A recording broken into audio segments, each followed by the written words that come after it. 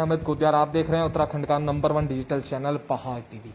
तो पहाड़ टीवी आज आपको दिखाएगा एक ऐसा मामला जो बहुत ही संगीन है, जिसमें एक अध्यापिका ने एक आरोप लगाए हैं कि उनकी ही एक स्टूडेंट की 12 साल की एक स्टूडेंट की शादी कर ली गई है, छात्रा की शादी कर दी गई है उनके परिवार द्वारा।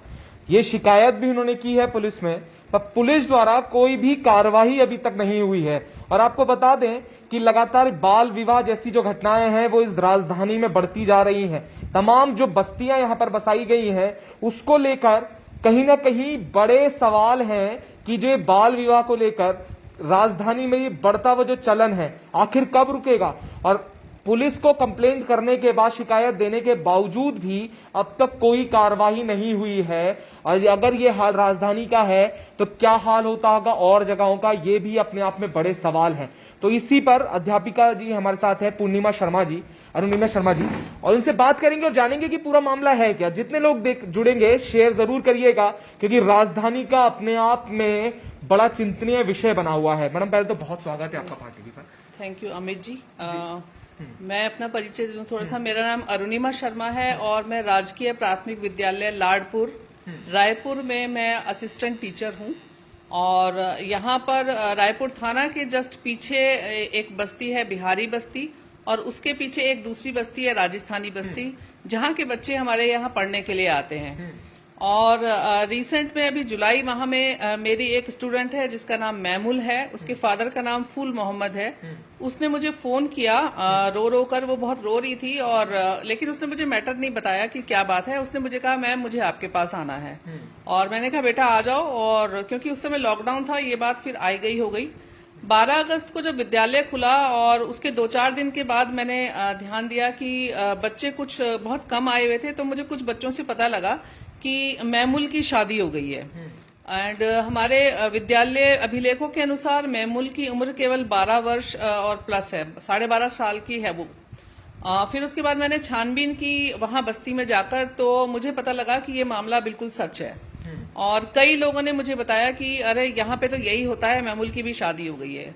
और मैं आपकी जानकारी के लिए बता दूं कि मैमुल मेरी बहुत योग्य छात्रा है, और हमारे जो राज्य स्तर के जो खेल होते हैं उसमें खेल करके उसने कुछ मेडल भी प्राप्त किए थे, और वो बहुत एक काबिल छात्रा थी। फिर मैंने इस मामले में इसको मैंने बहुत सिंसियरिटी से लिया, और मैंने पता करने की कोशिश करी कि उसकी शादी कहाँ पे हुई है, क्योंकि मेरे पास उसका फोन नंबर था। और मैंने और बच्चों के जरिए उसका फोन नंबर निकाला और मैंने उससे बातचीत करी, तो मुझे पता लगा कि वो बिहार के मुजफ्फरपुर सीतामढ़ी में कहीं पर है, और उसकी शादी वाकई में हो चुकी है। मैंने इस मामले की गंभीरता को देखते हुए एक पुलिस रिपोर्ट बनाई, और 30 अगस्त को मैंने इसकी रिटर्न में एक पुलिस कंप्लेंट रायपुर थाना में की, जहां पे उन्होंने बामुश्किल, पहले तो वो मुझे रिसीव ही नहीं दे रहे थे। I am so sorry to tell you कि उन्होंने मुझे काफी देर तक इंतजार कराया, और जब मैंने उनको ये बोला कि मैं अपने ड्यूटी टाइम पे हूं, आप इसकी रिसीव मुझे दे दीजिए, उन्होंने बड़ी मुश्किल से उसकी रिसीव मुझे दी। और फिर मामला 1 हफ्ते तक ऐसा ही रहा, कुछ भी नहीं हुआ। फिर ये देख करके मैंने child protection and right commission में मैंने फोन किया, वहां पे रिटर्न में मैंने कंप्लेन करी, वहां से भी कुछ नहीं हुआ। उसके बाद पुनः मैंने मुख्यमंत्री ऐप का, मुझे पता था कि अगर आप मुख्यमंत्री ऐप पे कोई कंप्लेंट करते हैं तो उस पर बहुत जल्दी कार्रवाई होती है। मैंने वहां पे भी सारे डॉक्यूमेंटेशन के साथ बच्चे का जन्म तिथि प्रमाण पत्र, उसका फोन नंबर, उसका एड्रेस, एक वॉइस रिकॉर्ड, मैंने सारा कुछ वहां पर डालकर वहां पर भी मैंने एप्लीकेशन वहां पे दी। जहां से कुछ लगभग 1 हफ्ते के बाद कुछ एक लड़की सरिता और दूसरी उसके साथ एक साथी थाने आए, और उन्होंने वहां कुछ एप्लीकेशन निकाल के कार्रवाई करने की कोशिश की। लेकिन मुझे ये बताते हुए बहुत ही दुख हो रहा है कि अभी तक कुछ भी नहीं हुआ इस मामले में। फिर मैंने यहाँ पे जो एसपी सिटी हैं मिसेस सरिता, मैंने उनको कंप्लेन करी फोन के जरिए, तो शायद उन्होंने रायपुर थाना में फोन किया होगा। तो थाना से मुझे कल एक कॉल आया था ये पूछने के लिए कि आपके पास क्या प्रमाण है इस विवाह का, और कि आप निकाहनामा निकलवा करके दीजिए। तो मैंने उनको यही कहा कि अगर ये सारा काम मुझे ही करना है तो पुलिस किस लिए है। बिल्कुल, निकाहनामा मैं निकलवाऊं, फोटोग्राफ मैं निकलवा के लाऊं, सारे प्रमाण मैं आपको दूं, तो मैं ही जॉब छोड़ के मैं ही पुलिस में भर्ती हो जाती हूँ। एक सवाल और मैं आपको बीच में रोक रहा हूँ। चाइल्ड प्रोटेक्शन जो लगे बने हुए हैं, इस पर आपने बात की। जी पर एक बड़ा सवाल इसमें ये खड़ा होता है कि ये बनाए किस चीज के लिए गए हैं? जब शिकायत वहां पर करी जाती है, वहां से कोई रिस्पांस नहीं आता। आपने कहा आपने शिकायत पुलिस को की। एक तरफ अगर हम बात करेंगे बाल विवाह की, तो उसमें प्रावधान बनाए गए हैं, उसमें यह भी कहा गया है कि आप वहां जाके विवाह रुकवा सकते हैं।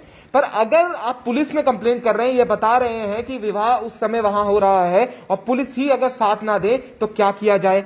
ये जो तमाम आयोग बनाए जा रहे हैं, ये किस चीज के लिए हैं? ये अपने अपने बड़े सवाल हैं। जितने दर्शक अभी जुड़ रहे हैं, इसे शेयर जरूर करिएगा, क्योंकि ये मामला अपने आप में राजधानी का है, जहां पर ऐसे कुकृत्य अभी तक हो रहे हैं। जो बाल विवाह जैसी जो तमाम जो चीजें हैं, वो यहां पर राजधानी में अब भी जारी हैं, जिसे सरकार और न्यायालय ने स्पष्ट किया है कि ऐसा नहीं होना चाहिए। उसके शिकायत के बावजूद भी अब तक पुलिस की जो कार्यप्रणाली है, उस पर भी कहीं ना कहीं सवाल खड़े कर रहे हैं। तो मैडम, आगे क्या हुआ? आगे जब वहां से हुआ जी देखिए, फिर बीच में जब मुख्यमंत्री कार्यालय से जब वो लड़कियां आई, उन्होंने मुझे फोन किया और मुझसे उन्होंने हम्बल रिक्वेस्ट की कि आप प्लीज थाने आ जाइए और यहाँ पे बातचीत करनी है, क्या आप आना चाहेंगी? मैंने कहा मैं बिल्कुल आना चाहूंगी।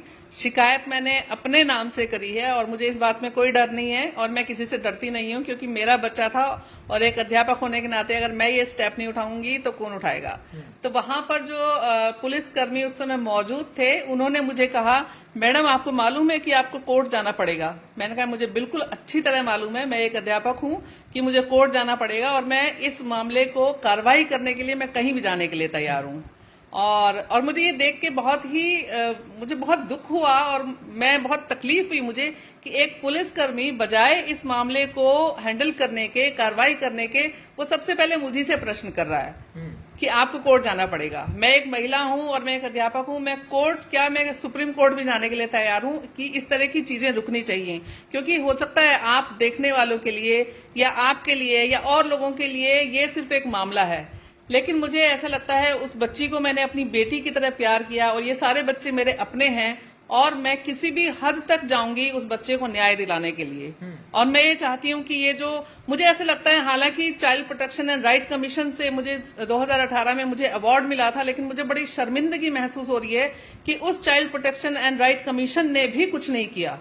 उन्होंने भी कुछ नहीं किया। मैंने उनके हायर जो ऑफिसर्स हैं उनको भी मैंने ऑनलाइन और मेल करके मैंने कंप्लेन करी, वहां से भी कुछ नहीं हुआ। मुख्यमंत्री ऐप पे मैंने कंप्लेन करी, वहां पे कुछ नहीं हुआ। एसपीसीटी को मैंने कंप्लेन करी, वहां पे कुछ नहीं हुआ।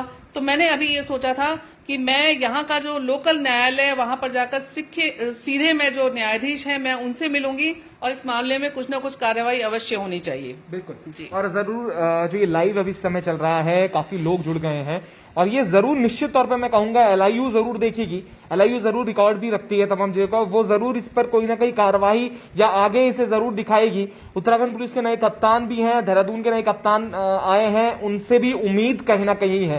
पर आखिर कब तक ये इस तरीके की जो चीजें वो चलती रहेंगी? मैडम भाई, आपने एक संगीन आरोप भी लगाया है, जो चाइल्ड प्रोटेक्शन राइट कमीशन की आप बात कर रहे हैं, आपको अवार्ड दिया गया है वहां पे, पर आपने बोला कि वहां पर भी आपने शिकायत करी, पर मिला क्या वहां से? ना तो कहा वहां से कोई रिस्पॉन्स आता है। ये अपने आप में बड़ा शर्मिंदा करने वाला प्रकरण है, क्योंकि कहीं ना कहीं वो जो कमीशन बने हैं आखिर क्यों बनाए गए हैं? जब चाइल्ड प्रोटेक्शन ही नहीं है हो पा रहा है तो किस बात की कमीशन?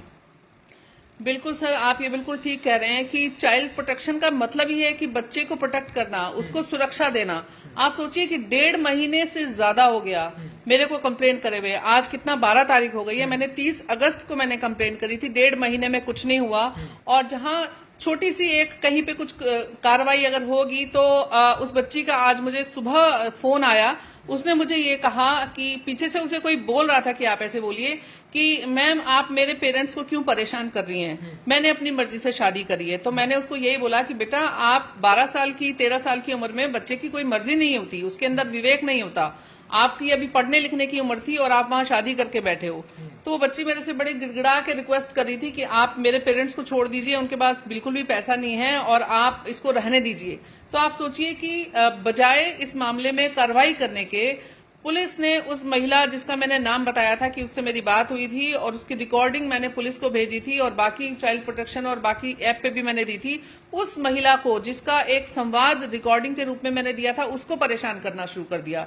तो मेरी हम्बल रिक्वेस्ट ये है कि बजाय कि आसपास के आए बाएं लोगों को परेशान करने के, पुलिस और चाइल्ड प्रोटेक्शन कमीशन इसमें कार्रवाई करे, उस बच्चे को रेस्क्यू करके वहां से लेकर के आया जाए। क्योंकि अभी मुझे रिसेंट में पता लगा, परसों मेरे विद्यालय में 2 महिलाएं वहां से ही पड़ोस से आई थी और उन्होंने मुझे कहा, वो बहुत गिड़गिड़ा रही थी, लगभग 2 घंटा मेरे विद्यालय में रही और मुझको रिक्वेस्ट करती रही कि आप इस मामले को वापस ले लीजिए, क्योंकि वो लड़की अब प्रेग्नेंट है, उसको बच्चा होने वाला है, वो लड़की कहाँ जाएगी अब। और मुझे ये सुन के बहुत धक्का लगा कि इतनी छोटी बच्ची को बच्चा होने वाला है और बजाय उसको बचाने के वो महिलाएं मुझसे रिक्वेस्ट करने आ रही हैं कि आप इस मामले को वापस ले लीजिए और हम इसमें कुछ नहीं कर सकते हैं। तो मेरा आपसे ये प्रश्न है कि राजधानी में हम लोग बैठे हुए हैं, देहरादून जैसी जगह में एक अध्यापक इस बात की कंप्लेन कर रहा है, तो एक आम आदमी का क्या होता होगा? एक आम आदमी के बच्चे के साथ अगर कुछ हो जाए तो वहां क्या कार्रवाई होगी? न्यूज पेपर में दिखा देते हैं, अब बड़े बड़े आप इनॉग्रेशन दिखा रहे हैं, ये किया वो किया, उसने ये विकास किया, ये दिखा रहे हैं, लेकिन जो हमारे समाज का एक नींव है, कहते हैं ना, if you want to good fruit you will have to work on root. अगर आपको फल अच्छा चाहिए तो आपको जड़ों पे काम करना है, और जड़ें ही जब सड़ जाएंगी तो क्या होगा?